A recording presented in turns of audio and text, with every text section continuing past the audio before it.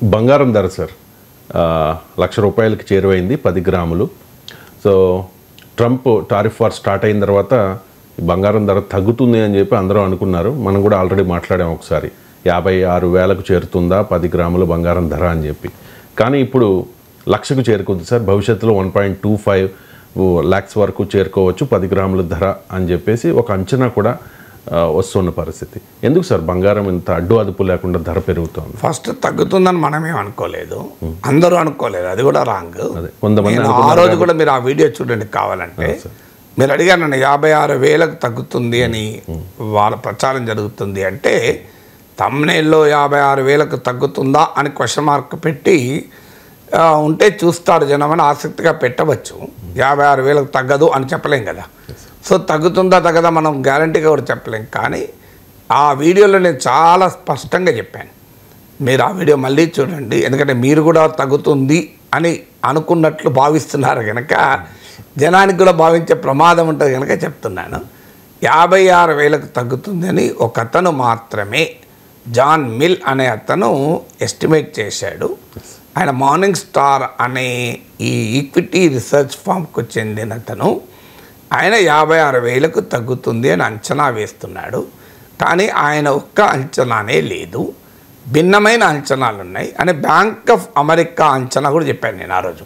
నా గుర్తు, Bank of America $3,300కు గోల్డ్ మార్కెట్ వెళ్ళవచ్చు అని చెప్తోంది. అలాగే ఇంకో అంచనా కూడా చెప్పాను, 3,500 వరకు వెళ్ళవచ్చు అని. ఇప్పుడు ఏమైంది, వరల్డ్ మార్కెట్లో 3,500 వెళ్ళింది. అందువల్ల ఎక్కడా 56,000 తగ్గుతుంది అన్న అంచనాను నేనైతే ధృవీకరించలే. నేను ఆ రోజు కూడా చెప్పాను, ప్రపంచ గోల్డ్ మార్కెట్లో బ్యాంక్ ఆఫ్ అమెరికా 3,300కు పోతుందని అంచనా వేస్తున్నారు. ఇతర ఇంకో ఏజెన్సీ పేరు కూడా చెప్పాను, గుర్తులేదు. కానీ అది 3,500కు పెరుగుతుందని అంచనా వేస్తున్నారు. ఈ మార్నింగ్ స్టార్ ఈక్విటీ ఫామ్ అతను మాత్రం తగ్గుతుంది అని అంటున్నాడు. సో లెటర్స్ మనం ఏమీ చెప్పలేము అని చెప్పాను. సో అన్నట్లే ఇవాళ 3,100 దాటి బ్యాంక్ ఆఫ్ అమెరికా అంచనా దాటి 3,500 చేరింది. ఇది మొదటి పాయింట్. రెండవది, మీరు ఇంకా పెరుగుతుందని అంచనాలు వస్తున్నాయి అన్నాడు. మీరు అనడానికి కారణం ఇవాళ ఏదో ఒక పేపర్లో 1,23,000కు పోతుంది అని. నా హైడ్రేషన్ కోసం I just trust one thing, ఫుల్గా వాటర్ ఉండే కంట్రీ డిలైట్ వల్ల పొలాచి కోకోనట్స్. సో ఇప్పుడే కంట్రీ డిలైట్ యాప్ డౌన్లోడ్ చేసుకొని ఆర్డర్ చేయండి. ఇది చాలా డేంజరస్గా మనం ప్రిడిక్ట్ చేయడం, ఎందుకంటే బంగారం చాలా వోలటైల్గా ఉంది. ఇలాంటి వోలటైల్గా ఉన్నప్పుడు మనం పెరుగుతుంది అని రాయడం కానీ చెప్పడం వల్ల కానీ కొంతమంది పాపం ఇన్వెస్ట్ చేసే ప్రమాదం ఉంది. పెరిగితే సంతోషం, లాభపడతారు.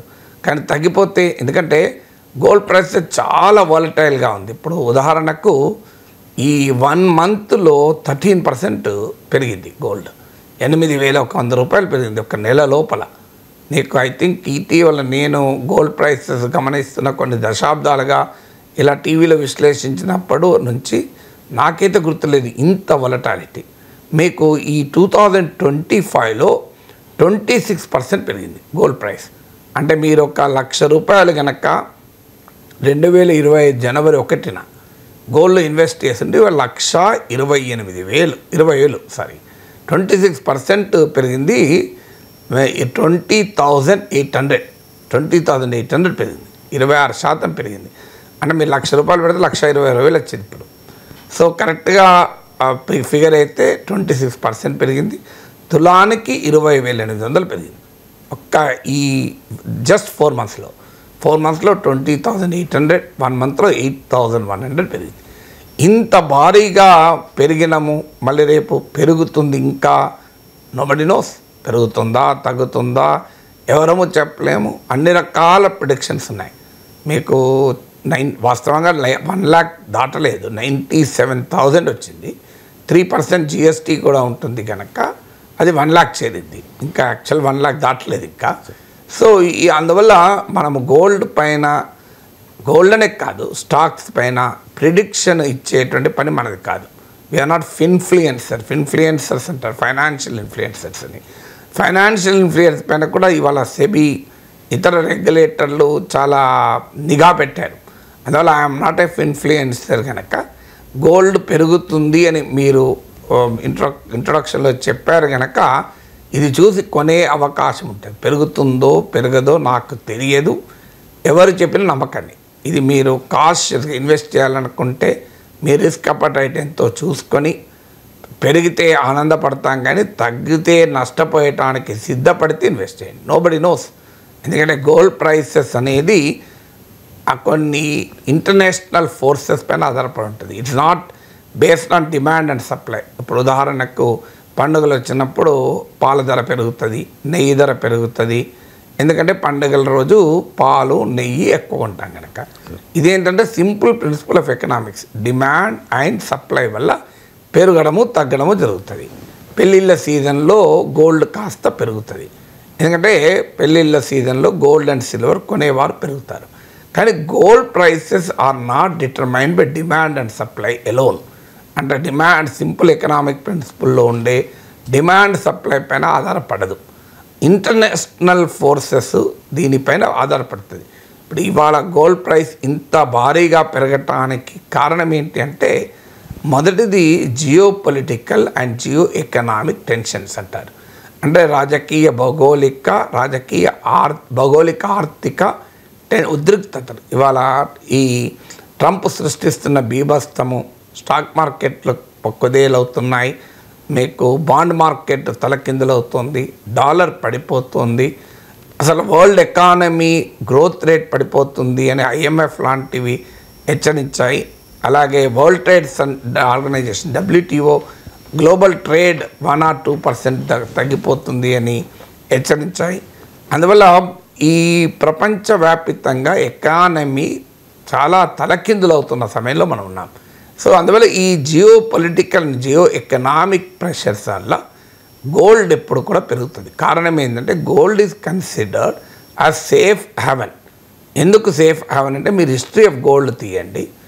గోల్డ్ ఒక లాంగ్ టర్మ్లో, షార్ట్ టర్మ్లో కొద్దిగా అటు ఇటు అయినా లాంగ్ టర్మ్లో గోల్డ్ ప్రైస్ పెరుగుతూనే ఉంటుంది తప్ప 10 ఏళ్ళు 15 ఏళ్ళ లాంగ్ టర్మ్ పీరియడ్లో మీకు తగ్గడం అంటూ ఉండదు. సో ఇంతవరకు ఏ మెటల్ కూడా ఈ రకమైన పర్ఫార్మెన్స్ హిస్టరీలో చూపెట్టలే. దీనికి ఉన్న ఇంకో క్యారెక్టర్ ఏంటంటే ఇది లిక్విడ్. అంటే నీకు ఎప్పుడంటే అప్పుడు దీన్ని డబ్బుగా మార్చుకోవచ్చు. నీ చేతిలో బంగారం ఉంది అంటే అర్జెంటుగా డబ్బు కావాలంటే మారిపోతుంది. తర్వాత చైనా లాంటి, ఇండియా లాంటి దేశాల్లో గోల్డ్కున్న రిలీజియస్ కల్చరల్ డిమాండ్ మన లాంటి దేశాల్లో ఇన్వెస్ట్మెంట్గా కూడా సెంట్రల్ బ్యాంకులు, అంటే ప్రపంచవ్యాప్తంగా ఉన్న ప్రభుత్వాలు, ప్రపంచవ్యాప్తంగా ఉన్న బడా కార్పొరేట్లు వాళ్ళకున్న మిగులును గోల్డ్ రూపంలో దాచుకుంటారు. One of the source of foreign exchange రిజర్వ్స్లో గోల్డ్ ఒక ముఖ్యమైనది. కారణం ఏంటంటే gold is considered a safe haven. అంటే సంక్షోభం ఉన్న సమయంలో సురక్షితమైన పెట్టుబడిగా దీన్ని భావిస్తారు. అందువల్ల ప్రపంచంలో Trump induced geo political geoeconomic tensions పెరిగాయి కనుక గోల్డ్ పట్ల భారీగా ఆసక్తి పెరిగింది. ఇది మొదటి కారణం. రెండో కారణం ఏంటంటే డాలర్. సాధారణంగా మీరు కనుక gold moment, price moment, dollar price మూమెంట్ను కనుక మీరు స్టడీ చేస్తే, కంపేర్ చేస్తే జనరల్గా ఇన్వర్స్ రిలేషన్షిప్ అంటారు. అంటే గోల్డ్ పెరిగితే డాలర్ తగ్గుతుంది, డాలర్ పెరిగితే గోల్డ్ తగ్గుతుంది. సో డాలర్ ధర మూమెంట్ను బట్టి గోల్డ్ మూమెంట్ ఉంటుంది. చాలా కొన్ని ప్రత్యేక కారణాలు ఉన్నప్పుడు మాత్రమే బోత్ డాలర్ అండ్ గోల్డ్ పెరుగుతుంది, లేదా బోత్ డాలర్ అండ్ గోల్డ్ తగ్గుతుంది. ఎక్కువ సందర్భాల్లో, అన్ని సందర్భాల్లో నేను చెప్పను, కానీ ఎక్కువ సందర్భాల్లో డాలర్ ప్రైస్ పెరిగితే గోల్డ్ ప్రైస్ స్థిరంగానైనా ఉంటుంది, తగ్గనైనా తగ్గుతుంది. డాలర్ పడిపోతే గోల్డ్ ప్రైస్ పెరుగుతుంది. ఇప్పుడు ఏంటంటే ట్రంప్ ఈ సృష్టిస్తున్న టారిఫ్ బీభత్సం వల్ల డాలర్ ప్రైస్ పడిపోతుంది, బాగా పడిపోతుంది, మామూలుగా పడిపోవడం లేదు. ఇప్పుడు మీకు ఉదాహరణకు లాస్ట్ 1 monthలో డాలర్ ఇండెక్స్ అంటారు. అంటే డాలర్ను 6 దేశాల కరెన్సీలతో కంపేర్ చేస్తారు. బాస్కెట్ ఆఫ్ కరెన్సీస్ అంటారు. ఒకటి యూరో, 2 మీకు చైనీస్ యువాన్, ఇలా స్విస్ ఫ్రాంక్, ఇలా 6 కరెన్సీస్. మీరు డాలర్ ఇండెక్స్ అంటారు దీన్ని. 6 కరెన్సీలతో కంపేర్ చేస్తారు. సో ఈ కంపారిజను 98కి పడిపోయింది ఫస్ట్ టైం. కొన్ని గత కపుల్ ఆఫ్ ఇయర్స్లో ఇదే ఫస్ట్ టైం ఇంత తక్కువ పడిపోవడం. నిన్న కూడా మండే రోజు కూడా 1.13% పడిపోయింది డాలర్ ఇండెక్స్. గోల్డ్ ప్రైస్ ఏమో ఒక 2% పెరిగింది. సో 1700 పెరిగింది తులానికి మండే ఒక్కరోజే. సో కారణం ఏంటంటే డాలర్ ఇండెక్స్ 98కి పడిపోయింది. నేను డాలర్ 109 నుంచి చూస్తుంది ఈ మధ్యకాలంలో. 109 నుంచి మొదలుకొని ఇప్పుడు 98 పడిపోయింది. సో డాలర్ ప్రైస్ ఇప్పుడు లాస్ట్ 3 monthsలో 10% పడిపోయింది డాలర్ ప్రైస్. సో అందుకే మీరు గమనించండి, ఒకప్పుడు రూపాయి విలువ 88కి పోయి ఇప్పుడు 85కి వచ్చేసి 85కి వచ్చి 88కి పోయి. సో అందువల్ల డాలర్ ప్రైస్ పడిపోవడానికి అనేక కారణాలు ఉన్నాయి. దీనికి ముఖ్యమైన కారణం ఏంటంటే investor confidence in American economy. American assets అంటారు, ఎకానమీ కూడా కాదు. అమెరికన్ అసెట్స్ లేదా డాలర్ డినామినేటెడ్ అసెట్స్లో పెట్టుకోవడానికి ఇన్వెస్టర్ కాన్ఫిడెన్స్ అనేది సడలిపోయింది. ట్రంప్ అనుసరిస్తున్న ఈ అన్ప్రిడిక్టబుల్, ఎందుకంటే మరీ ముఖ్యంగా టారిఫ్లకే కాదు, అన్ప్రిడిక్టబుల్. ఒకసారి టారిఫ్లు పెడతాడు, ఒకసారి ఆపుతాడు, మళ్ళీ విధిస్తాడు, విధించిన గంటల్లోనే 90 రోజుల విరామం అంటాడు, ఒకసారి చైనా పైన 245% అంటాడు, మళ్ళీ వెంటనే చైనాతో ఒప్పందం కుదరబోతోంది అంటాడు. ఇలా క్షణానికి మారేటువంటి విధానము ఇన్వెస్టర్లకు నచ్చదు. Investors need stability, good or bad, they want stability. So Trump is highly unpredictable, highly uncertain. So దానివల్ల ఏమవుతుందంటే డాలర్ పైన విశ్వాసం పోతుంది. సో దీనికి కారణం ఏంటంటే మీకు ఇప్పుడు ఇటీవల బ్యాంక్ ఆఫ్ అమెరికా ప్రపంచంలో ఉన్న 164 ఫండ్ మేనేజర్ని ఇంటర్వ్యూ చేసింది. టాప్ ఫండ్ మేనేజర్స్ అంటే ఇలా ఈక్విటీ ఫండ్స్ను, పెన్షన్ ఫండ్స్ను, ఇన్సూరెన్స్ ఫండ్స్ను, రకరకాల ప్లేస్లో ఇన్వెస్ట్ చేసే వాళ్ళని ఫండ్ మేనేజర్స్ అంటారు. ఇప్పుడు మనం మ్యూచువల్ ఫండ్లో డబ్బులు పెడితే మన తరఫున ఆ మ్యూచువల్ ఫండ్ ద్వారా ఇతర ప్లేస్లో ఇన్వెస్ట్ చేస్తారు. ఇలా టాప్ 164 ఫండ్ మేనేజర్స్ని ఇంటర్వ్యూ చేస్తే మీరు అమెరికన్ ఈక్విటీస్లో పెడతారా, పెట్టుబడి అంటే ఫిబ్రవరిలో 6% మాత్రం అనుమానాన్ని వ్యక్తం చేశారు. మేము పెట్టాలంటే ఆలోచిస్తాం, అమెరికా స్టాక్ మార్కెట్ ఏమవుతుందో తెలియకుండా ఉంది అన్నారు. ఇది ఫిబ్రవరి. ఇప్పుడు 49% మేము పెట్టము అన్నారు. So this shows how American economy పైన, అమెరికన్ అసెట్స్ పైన గ్లోబల్ ఇన్వెస్టింగ్ కమ్యూనిటీకి ఎలా తగ్గిపోతుంది విశ్వాసనతానికి ఇందుకు ఉదాహరణ. దాంతోపాటు రిసెషన్ ఫియర్స్, మనం చాలాసార్లు చెప్పాను రిసెషన్ గురించి. ఇప్పుడు తాజాగా మీకు జేపీ మార్గాన్ 60% ప్రాబబిలిటీ అంది, గోల్డ్మాన్ సాక్స్ 35% అంది, S&P గ్లోబల్ 30 to 35% ఉంది. WTO IMFలో కూడా ఎకనామిక్ గ్రోత్ దెబ్బతింటుంది, గ్లోబల్ ట్రేడ్ దెబ్బతింటుంది అంటున్నారు. సో అందువల్ల ఇవన్నీ అమెరికన్ స్టాక్ మార్కెట్ భారీగా పతనం అవుతోంది. సో దీనివల్ల ఏమవుతుంది అంటే బిజినెస్ కాన్ఫిడెన్స్, కన్జ్యూమర్ సెంటిమెంట్ పడిపోతుంది. అమెరికాలో ఇన్ఫ్లేషన్ పెరుగుతోంది. ఇన్ఫ్లేషన్ పెరిగినప్పుడు ఆ దేశ కరెన్సీ విలువ పడిపోతున్నట్టు లెక్క. ఎందుకంటే నీకు వస్తువుల ధరలు పెరుగుతున్నాయి కంపేర్ టు కరెన్సీ. ఇవాళ మీకు అమెరికాలో ఉన్న ఎవరినైనా అడగండి, వాళ్ళు ఒక 3 నెలల క్రితం గ్రాసరీ స్టోర్కి వెళ్తే ఇప్పుడు అయ్యే బిల్లు చూడండి, వాళ్ళ పర్సనల్ ఎక్స్పీరియన్స్ బిల్ పెరుగుతోంది.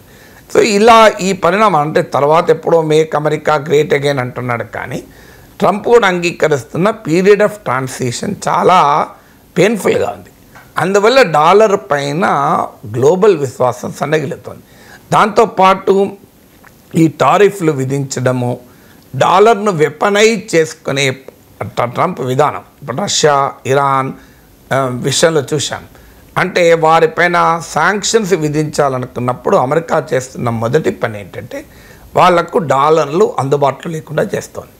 దాంతోపాటు వాళ్ళ దగ్గరున్న డాలర్లను వాడకుండా చేస్తుంది. ఇప్పుడు డాలర్లు వాడాలి అంటే, డాలర్లు తీసుకోవాలన్నా, డాలర్లు ఇవ్వాలన్నా పేమెంట్స్, ఇప్పుడు మనం డబ్బులు పంపాలంటే గూగుల్ పే, ఫోన్పే, యూపీఐ ఎట్లా వాడతామో ఈ ఇంటర్నేషనల్ సెటిల్మెంట్కు స్విఫ్ట్ అనే వ్యవస్థ ఉంది. Society for world wide inter bank financial telecommunications అంటారు, SWIFT, society for world wide inter bank financial telecommunication. ఈ వ్యవస్థ పైన అమెరికా ఆధిపత్యం ఉంటుంది. అందుకే మీకు రష్యా పైన శాంక్షన్స్ విధించడంతోనే రష్యాను స్విఫ్ట్ నుంచి సస్పెండ్ చేశారు. దాంతో రష్యా తన దగ్గరున్న డాలర్లను వాడుకోలేని పరిస్థితి. ఇలా ప్రపంచంలో డాలర్ను ఒక వెపన్గా, తన అమెరికన్ ఎకానమిక్ స్ట్రెంగ్త్ను ఒక వెపన్గా ట్రంప్ ఎప్పుడైతే వాడడం మొదలుపెట్టాడో ప్రపంచ దేశాలకు ఒక అనుమానం మొదలైంది. ఇవాళ ట్రంప్ గెలిచాడు, రేపు గెలవడం గ్యారెంటీ ఏంటి? మన డబ్బులు తీసుకెళ్ళి అమెరికన్ ఎకానమీలో పెడితే రేపు ట్రంప్ లాంటి వాడు వచ్చి ఇవ్వనంటే ఎట్లా, మాకు డాలర్లే అందుబాటులో ఇవ్వనంటే ఎట్లా? ఈ భయం వల్ల ఏమవుతుందంటే గ్లోబల్ రిజర్వ్ కరెన్సీగా డాలర్కు ఉన్నటువంటి ప్రైమ్ ప్లేస్ దెబ్బతింటుంది. ఇలా ప్రపంచంలో ఎవరికి డబ్బున్నా, అది వ్యక్తులకు కాకపోయినా అలాంటి వాళ్ళకి డబ్బులు ఉంటే పెట్టలేం, కానీ గ్లోబల్ కార్పొరేట్స్ కావచ్చు లేదా ప్రభుత్వాలు కావచ్చు, తమ దగ్గర డబ్బులు ఉంటే హైయెస్ట్గా డాలర్లో పెట్టుకుంటారు. సో ఎందుకు పెట్టుకుంటారంటే దానికి ఆ విశ్వాసం. అమెరికా లాంటి ఒక బలమైన ఆర్థిక వ్యవస్థ, బలమైన మిలిటరీ శక్తి, బలమైన innovation, science and technology innovation ఉన్న కంట్రీ కనుక అక్కడ పెడితే ప్రమాదం లేదు అని. ఇప్పుడు మీకు ఇంట్లో నగలు ఉంటాయి, బంగారు నగలు, మీరు పెళ్ళికి ఊరెళ్తున్నారు, మీరు ఒక అపార్ట్మెంట్లో లేదు ఇండిపెండెంట్ హౌస్లో ఉన్నారు. ఏం చేస్తారు మీరు? ఏమో దొంగలు పడతారేమో, ఎందుకైనా మంచిదే అని తీసుకెళ్ళి ఒక మిత్రుని ఇంట్లో పెడతారు. ఎలాంటి మిత్రుని ఇంట్లో పెడతారు?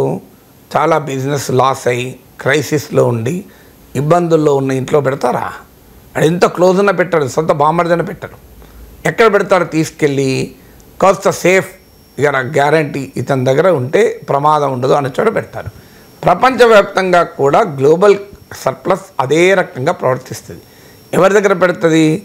ఎవరి దగ్గర అయితే ఎక్కడైతే పెడితే సేఫ్ ఉంటుందో అక్కడ పెడుతుంది. సాధారణంగా డాలర్ను సేఫ్గా భావిస్తారు. ఎందుకంటే dollar is a global demand. మీరు ఇలా డాలర్ పట్టుకొని ఆఫ్రికా ఇల్లు నీకు సరుకులు కొనవచ్చు, అమెరికా ఇల్లు సరుకులు కొనవచ్చు, రష్యా ఇల్లు కొనవచ్చు, శ్రీలంక ఇల్లు కొనవచ్చు. అందువల్ల డాలర్కు ఉండేటువంటి ఆ గ్లోబల్ రిజర్వ్ కరెన్సీగా, ప్రీమియర్ ఫారిన్ ఎక్స్చేంజ్గా డాలర్కు ఉన్న ప్రైమ్ పొజిషన్. ట్రంప్ ఏం చేశాడంటే దాని పట్ల విశ్వాసాన్ని సడలింపజేశాడు. అందుకే మీకు బ్రిక్స్ సమావేశంలో రష్యా ప్రతిపాదించింది బ్రిక్స్ కరెన్సీ అని. భారతదేశం కూడా తన రూపాయిని ఇంటర్నేషనలైజ్ చేయాలని ప్రయత్నం చేస్తోంది. చైనా వాళ్ళైతే తన కరెన్సీని డాలర్కు ప్రత్యామ్నాయంగా డెవలప్ చేయాలని చైనా ఆలోచిస్తోంది. ఈ పరిణామాలన్నీ జరుగుతున్నప్పుడు డాలర్ పైన కాన్ఫిడెన్స్ దెబ్బతింటుంది. డాలర్ పైన కాన్ఫిడెన్స్ దెబ్బతినడం వల్ల డాలర్ వాల్యూ పడిపోతుంది. నేను ఇంతకుముందు చెప్పిన లెక్కలు లాస్ట్ 1 మంత్లో 6% డాలర్ వాల్యూ పడిపోయింది, లాస్ట్ 3 మంత్స్లో 10% పడిపోయింది. సో డాలర్ వాల్యూ ఇంత స్టీప్గా పడిపోవడం చాలా అరుదు. దానివల్ల ఏమవుతుందంటే మరి డాలర్లో పెట్టలేము, మరి ఎక్కడ పెట్టాలి? సో ఆటోమేటిక్గా ఎక్కడ పెడతారు? ఇప్పుడు మీ దగ్గర నగలు ఉంటే ఊరెళ్తే ఏం చేస్తారు? సాధారణంగా టైం ఉంటే పెద్ద నగలు అయితే వెళ్ళి బ్యాంక్కి వెళ్ళి లాకర్లో పెట్టుకుంటారు. సో ఈవెన్ ఫ్రెండ్స్ ఇన్లో రిలేటివ్స్ ఇన్లో కూడా పెట్టరు. బ్యాంక్కి వెళ్ళి లాకర్కి వెళ్ళే సమయం లేదు, అంత పెద్ద నగలు కాదు, చిన్న చిన్నవి. అప్పుడు ఏం చేస్తారు? సెకండ్ ఆప్షన్గా సేఫ్, ఎవరైతే మన బంధువో ఫ్రెండో ఎకనామికల్గా స్టేబుల్ ఉండి చాలా వాళ్ళ దగ్గర పెడితే ఎలాంటి ప్రమాదము లేదు అనుకున్న వాళ్ళు ఇంట్లో పెడతాను.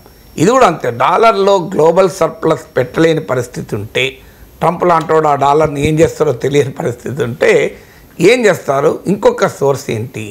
గోల్డ్. ఇంకో వేరే సోర్స్ లేదు. మీరు ఊహించండి, ప్రభుత్వాలకు కావచ్చు, బడా కార్పొరేట్లకు కావచ్చు, మిగులు ఉంటే, సర్ప్లస్ ఉంటే ఏం చేయాలి వాళ్ళు? సో వాళ్ళు ఆటోమేటిక్గా డాలర్ కాకపోతే నెక్స్ట్ గ్లోబల్లీ ట్రాన్సాక్టెడ్ వాల్యూ ఉన్న ఏంటి? గోల్డే. మీరు జపనీస్ యెన్లోనో చైనీస్ యువాన్లోనో పెట్టారనుకోండి, యువాన్లు పట్టుకొని నువ్వు అమెరికాకు పోతే చైనా కదా అని ఎవడినాడు, యెన్ను పట్టుకొని మీరు యూరోప్కి వెళ్తే జపాన్ కదా అని ఎవడినాడు. అందువల్ల అల్టిమేట్గా డాలర్ రూపంలో కాకపోతే గోల్డ్ రూపంలో పెడతారు. అందువల్ల డాలర్ వాల్యూ ప్రైస్కు గోల్డ్ ప్రైస్కు మధ్య ఆ ఇన్వర్స్ రిలేషన్షిప్ ఉంటుంది. డాలర్ తగ్గిపోయినప్పుడల్లా గోల్డ్ పెరుగుతుంది. ఇప్పుడు డాలర్ బాగా తగ్గుతుంది కనుక గోల్డ్ ప్రైస్ పెరుగుతుంది. రేపు మళ్ళీ మేక్ అమెరికా గ్రేట్ అగైన్ నిజంగానే అయిందనుకో, అప్పుడు డాలర్ డిమాండ్ పెరుగుతుంది, అప్పుడు గోల్డ్ ప్రైస్ తగ్గుతుంది. కొన్ని ప్రత్యేక సందర్భాలు అంటే జియో పొలిటికల్ టెన్షన్స్ అంటారు. అంటే పెద్ద ఎత్తున వారు, అన్సర్టనిటీ, పాండమిక్లు ఇలాంటివి వచ్చినప్పుడు ఏమవుతాయంటే డాలర్కైనా గోల్డ్కైనా ఉన్న ఏకైక క్యారెక్టర్, కామన్ క్యారెక్టర్ ఏంటి? Safe haven. అంటే డాలర్లో పెట్టుకున్న గోల్డ్లో పెట్టుకున్న సురక్షితము అప్పుడు ఏమవుతుంది, ఇలాంటి geo political crisis, geo economic crisis, సంచరీలో ఒకసారి వచ్చే పాండమిక్లు వచ్చినప్పుడు ఈ 2 రకాల సేఫ్ హ్యావెన్స్లో పెడతారు. అంటే మీ దగ్గర ఎక్కువ నగలు ఉన్నాయనుకోండి, కొన్ని లాకర్లో పెడతారు, కొన్ని తెలిసిన వాళ్ళు ఇంట్లో పెడతారు కదా, ఇది కూడా అంతే. డాలర్లో పెడతారు, గోల్డ్ పెడతారు. అప్పుడు మాత్రమే డాలర్ వాల్యూ, గోల్డ్ వాల్యూ 2 పెరుగుతాయి. సాధారణంగా 2 పెరగవు, ఇన్వర్స్ రిలేషన్షిప్ ఉంటుంది. ఇప్పుడున్న ట్రెండ్ ఏంటంటే డాలర్ వాల్యూ పతనం అవుతుంది కనుక గోల్డ్ వాల్యూ గణనీయంగా పెరుగుతుంది. సో ఇవన్నీ కూడా nothing to do with our demand and supply. మన గోల్డ్ షాప్లో హైదరాబాద్లో ఉన్న బంగారం దుకాణాలు వెళ్ళి బంగారం కొన్న వాళ్ళతో ఎలాంటి సంబంధము లేదు. సో అందువల్ల this is a big challenge. So అందువల్ల గోల్డ్ ప్రైసెస్ ఎవరము స్పెక్యులేట్ చేయలేం. It's a personal choice. మీ రిస్క్ అపటైట్ ఎంత, మీకుండేటువంటి అంచనాలను బట్టి you take a call. I'm not predicting anything. పేపర్లో వచ్చినా నేనేమీ ప్రిడిక్ట్ చేయడం లేదు. I can only analyse. Gold price పెరిగితే ఎందుకు పెరిగిందో అనలైజ్ చేస్తాను, తగ్గితే ఎందుకు తగ్గిందో అనలైజ్ చేస్తాను. కానీ పెరుగుతుంది అని లేదా తగ్గుతుంది అని చెప్పగలిగే సామర్థ్యం నాకు లేదు.